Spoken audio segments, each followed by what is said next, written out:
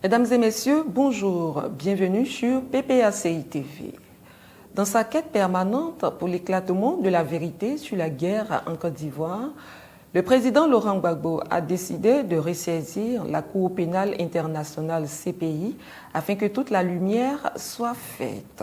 Il a révélé l'information dans un courrier adressé aux Ivoiriens dont voici le contenu. Laurent Gbagbo, ancien président de la République. Tant qu'un fait n'est pas jugé totalement, il devient une injustice. Abidjan, le 8 décembre 2025. Ivoiriennes, Ivoiriens, chers amis de la Côte d'Ivoire, en 2000, l'élection présidentielle a eu lieu le 22 octobre. Proclamé vainqueur par la Cour suprême, j'ai prêté serment le 26 octobre et le 27 octobre, je présidais mon premier conseil des ministres. C'est au cours de ce conseil qu'on m'a annoncé la découverte d'un charnier à Yopougon. Immédiatement, j'ai dépêché sur les lieux le ministre de l'Intérieur, le ministre de la Défense et le ministre de la Justice. Beaucoup accusaient un certain nombre de gendarmes. J'ai ouvert un procès contre eux et le tribunal les a relaxés, ce qui m'a réconforté.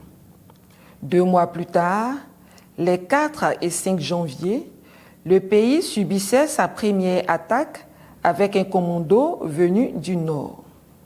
Ce commando a été vaincu et les survivants ont replié à la frontière burkinabé.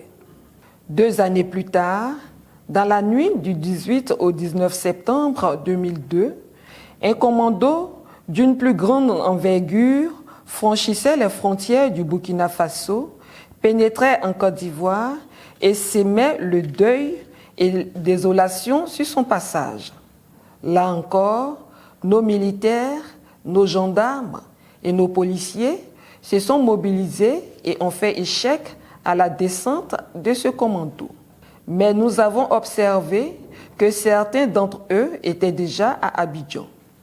Des batailles de rue ont eu lieu et nous avons pu les repousser. J'étais en visite officielle en Italie.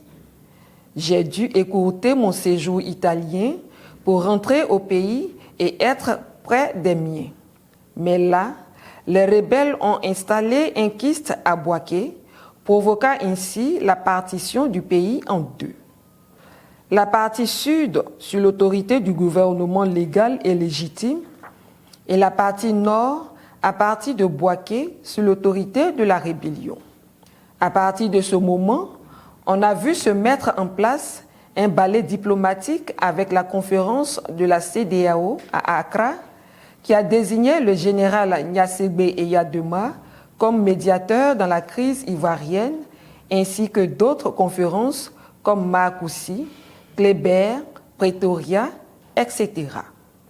Mais le pays était divisé géographiquement, les rebelles étaient des Ivoiriens connus, le sergent-chef Ibé, Shérif Ousmane, Isiaka Ouattara, dit Ouattao, Tuyo Fosier, Morou Ouattara, Kone Zakaria, Loseni Fofana, Soro Guillaume, etc. D'un autre côté, Tapekoulou et ses amis, Blé Goudé, Serge Kassi, Eugène Dué, etc. organisaient de grandes mobilisations populaires contre la guerre et contre la rébellion. Voyant que tous les balais diplomatiques ne donnaient pas de résultats probants, j'ai pris sur moi, avec l'aide de Thabo Mbeki, président sud-africain, de décider de 2 choses essentielles. 1. Permettre à Alassane Ouattara de se présenter comme candidat à la prochaine élection présidentielle. 2. Engager un dialogue direct avec le chef de la rébellion Soro Guillaume pour mettre fin à la guerre. L'accord de Ouagadougou fut signé le 4 mars 2007. Après cet accord, nous avons organisé la Flamme de la paix à Bouaké les 30 et 31 juillet 2007 pour brûler symboliquement les fusils et les armes qui avaient servi à faire la guerre. Après quoi, j'ai entrepris de faire des tournées dans le nord du pays où je n'avais pas mis les pieds depuis le début du conflit. Il ne restait plus qu'à procéder au désarmement puis aux élections.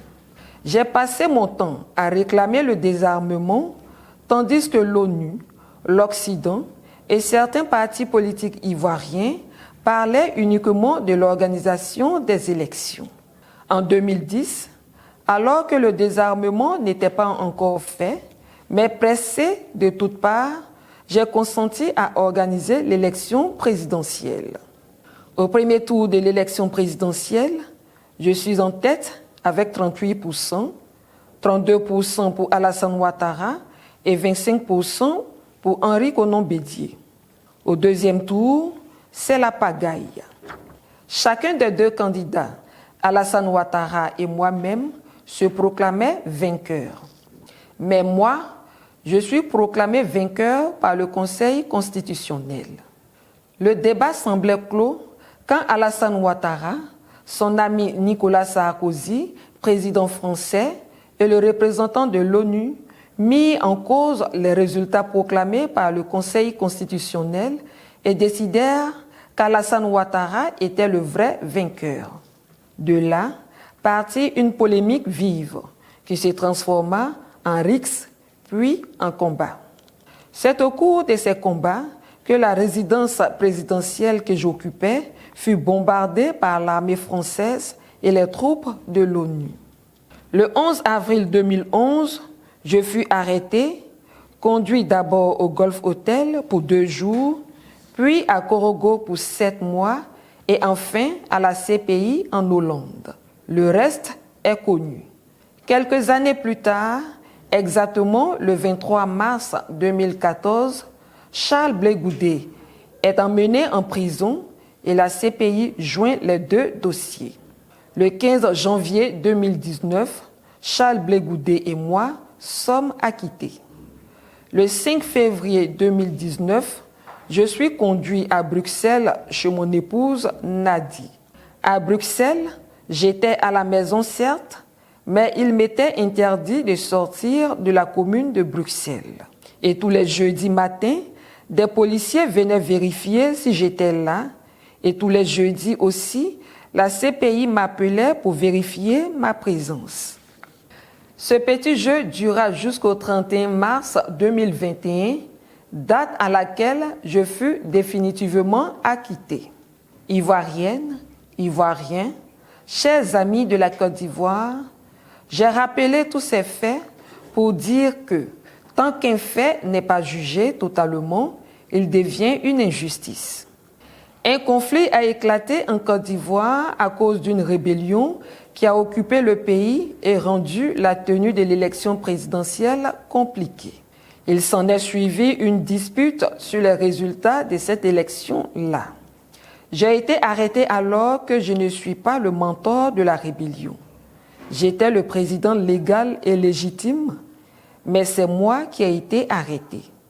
Mais qu'id de tous les autres acteurs de la crise?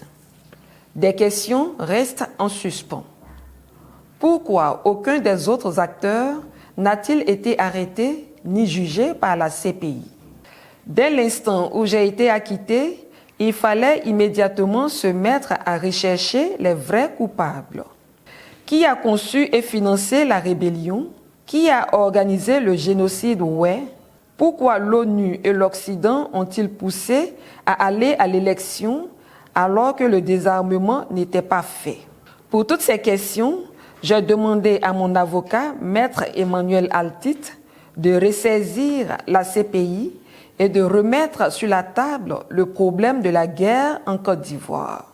Il faut que la vérité éclate. Il faut rendre justice aux victimes et aux survivants qui attendent depuis des années que la vérité soit établie. J'ai fait ma part, j'espère que tous les autres feront leur part. La vérité est une condition de la paix. Laurent Gbagbo, ancien président de la République de Côte d'Ivoire, ancien prisonnier de la CPI. Merci pour votre attention. Le combat continue. Au revoir.